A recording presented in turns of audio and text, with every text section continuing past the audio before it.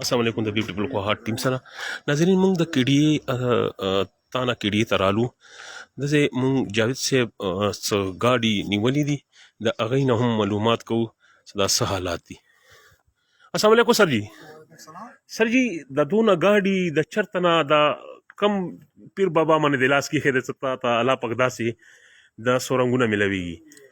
بس د الله مهرباني ده او د مونږ خپل مهنت نتیجه ده راته د خپل سورس ذریعه سره اطلاع ملاو شوه چې سیکټر 6 کې یو کور دی هغه کې مطلب مې دا چې داسې غلې والا ګاډي کس تېرولی او دلته کې ډینټ پینډ او دغه چې سس نمبر ورته بدلوي یو هغه کې ګاډي برابروي او پکې مطلب چې خفیه خانې جوړوي. تاسو به اوس خپله وګورئ چې کومې خفیه خانې جوړې کړي دي. سر جی څونه ګاډي تاسو نیولې دي؟ 4 ګاډي دي دا. اچھا د چې سس نمبر ډېر سر جی که تاسو په نمبر ته خود نو دا یو ګاډی دا دی وګوره AVY 101 سند. اچھا دا ور سره دا وګوره دا ګاډه بل دا بالکل یو نمبر پلیټ په فټ کړی دي د دواړو ګاډي د چې سس نمبر په تاسو وګوره بالکل یو برابر. اچھا سر. او دا یو ګاډی دی دا وګوره AHM 366 سند دا بالکل ټیمپر دی. ټیمپر دی او د خفیه خانې جوړې دي دا وګوره تاسو کتل شي.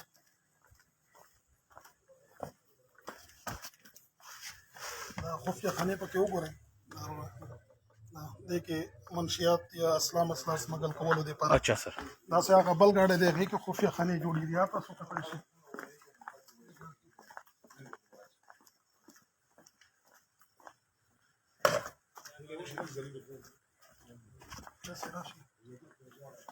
دا وګوره دې کې هر قسم منشیات او د اسلام سمګلنګ دپاره دا سیټ یې خپله دا کور کې اوزار ټول پرته دي. اچھا سر.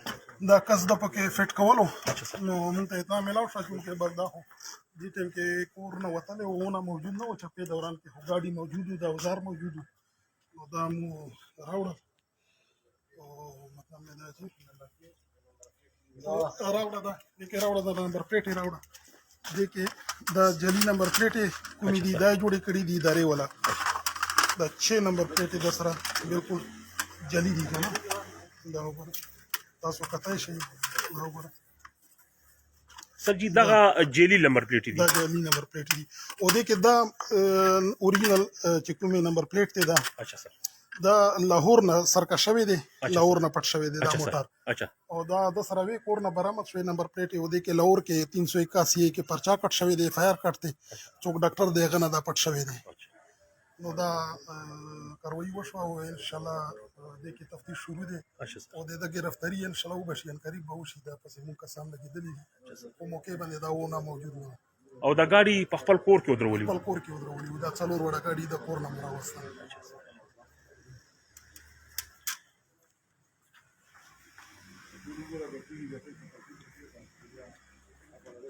ناظرین دا جاوید خان خبرې تاسو هم واورېدې د څلور ګاډي چرته نه 2 نمبر ګاډي په کور کې ولاړو او دوی ته د خپل سورس معلومات د وجې نه په کور چپه وویله او د څلور نه څلور ګاډي برآمد کړل.